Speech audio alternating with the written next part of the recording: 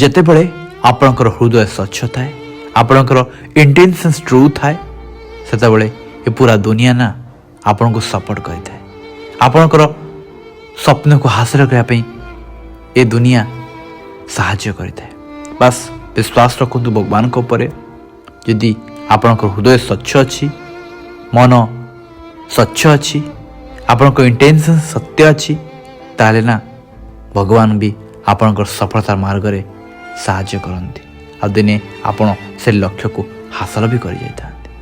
ବାସ୍ ଗୋଟିଏ perfect ମୋମେଣ୍ଟକୁ wait କରନ୍ତୁ, ନିଜ ଉପରେ ବିଶ୍ୱାସ ରଖନ୍ତୁ, କେବେ ଧୈର୍ଯ୍ୟ ହରା ହୁଅନ୍ତୁ ନାହିଁ। ଦେଖିବେ ଦିନେ ସବୁ କିଛି ଠିକ୍ ହୋଇଯିବ।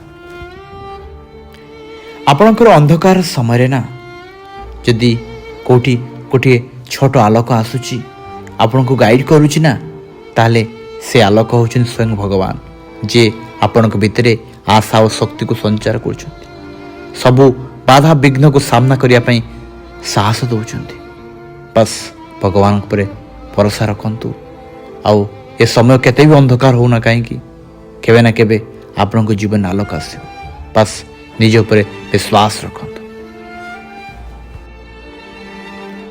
ଯଦି ଆପଣଙ୍କୁ ଆପଣଙ୍କର ସ୍ୱପ୍ନ ଅସମ୍ଭବ ଭଳି ଲାଗୁଛି, ତାହେଲେ ଭଗବାନଙ୍କ ଉପରେ ବିଶ୍ୱାସ ରଖନ୍ତୁ ଆଉ ହୃଦୟରେ ସଂକଳ୍ପବଦ୍ଧ ହୋଇ ରୁହନ୍ତୁ।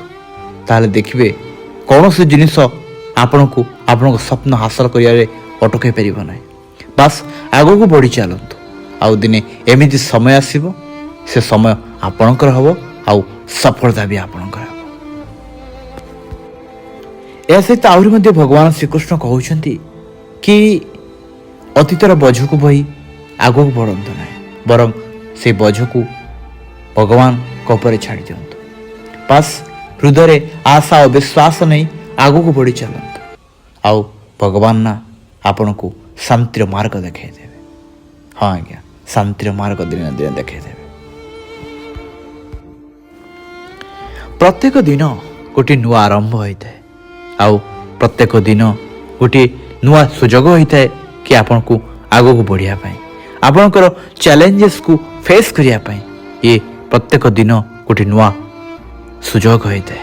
ବାସ୍ ଭଗବାନଙ୍କ ଉପରେ ବିଶ୍ୱାସ ରଖନ୍ତୁ, ଭରସା ରଖନ୍ତୁ।